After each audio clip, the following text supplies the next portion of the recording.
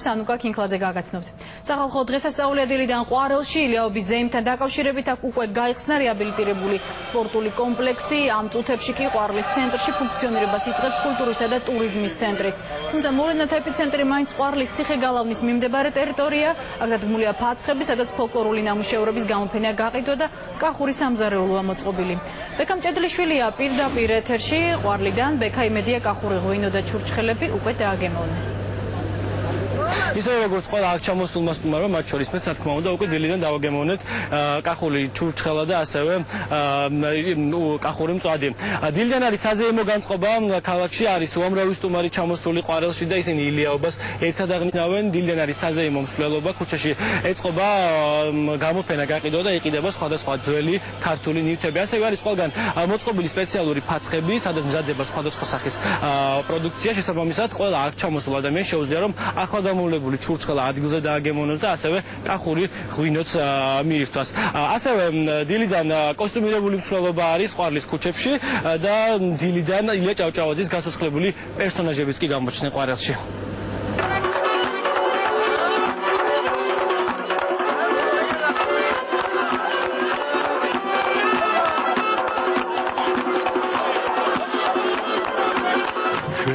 დღეს ბედნიერება გვერგორო ეს როლი გვეთამაშა თან ყვარელში ილიაობას.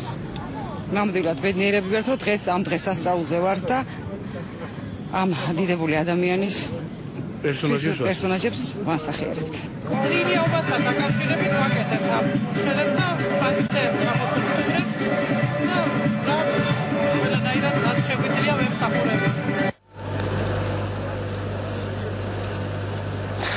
რაც შეეხება თავად უკვე ღონისძიებებს, დილიდან ყვარლის ციხე-გალავანთან იყო ძირითადი ღონისძიებები მიმდინარეობდა, თუმცა უკვე ცოტა ხანში მთავარი ადგილი გახდება ყვარლის ცენტრი, ადგილი სადაც ცოტა ხანში დაიწყება კონცერტი. დღეს დღის განმავლობაში რამდენიმე ობიექტის გახსნა მოხდა თავად ილიაობის დღესასწაულთან დაკავშირებით, გაიხსნა ახალი სპორტული კომპლექსი, რომელიც უახლესი ტექნიკური საშუალებებით არის აღჭურვილი და აქ აქტიურად მოხდება ახალგაზრდების სპორტში მომზადება, ასევე რამდენიმე წუთში, სწორედ ამ წუთებში გაიხსნება სპეციალური ტურისტული ცენტრი, რომელსაც თავად ტურიზმის დეპარტამენტის ხელმძღვანელი გახსნის, რაც იმას ნიშნავს, რომ ყვარელში ტურიზმი კიდევ უფრო განვითარდება.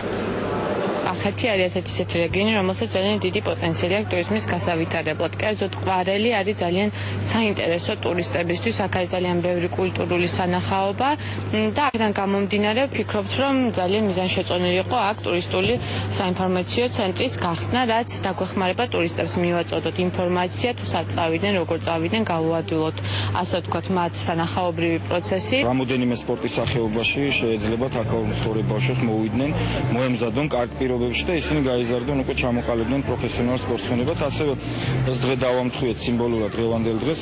ძალიან ლამაზი ზეიმი არის დღეს და ყველას მინდა მიულოცო ეს ბრწყინვალე დღე. არის წარმოდგენილი ძალიან მრავალფეროვანი ღონისძიებები, რომლებიც გათვალისწინებულია ყველა საკითხის და ინტერესის ადამიანისთვის.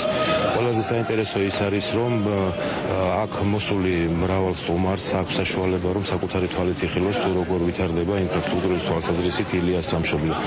დღეს იმ ღონისძიებებს შორის ერთ-ერთი არის აი ამ შესანიშნავი სპორტული დარბაზის გახსნა, რომელსაც წლების განმავლობაში რეაბილიტაცია ჭირდებოდა და შესაბამისად, რა თქმა უნდა, შეზღუდული იყო სპორტული სექციები. ამ დარბაზის რეაბილიტაცია საშუალებას მოგცემს, რომ აღდგეს ამ რაიონის სპორტული ტრადიციები.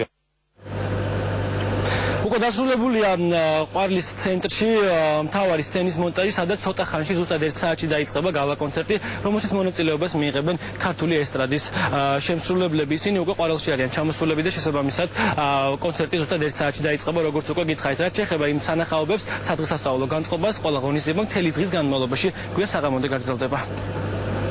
დიდი მადლობა, ეს იყო ბექა მჭედლიშვილი და პირდაპირ ჩართვა ყვარლი.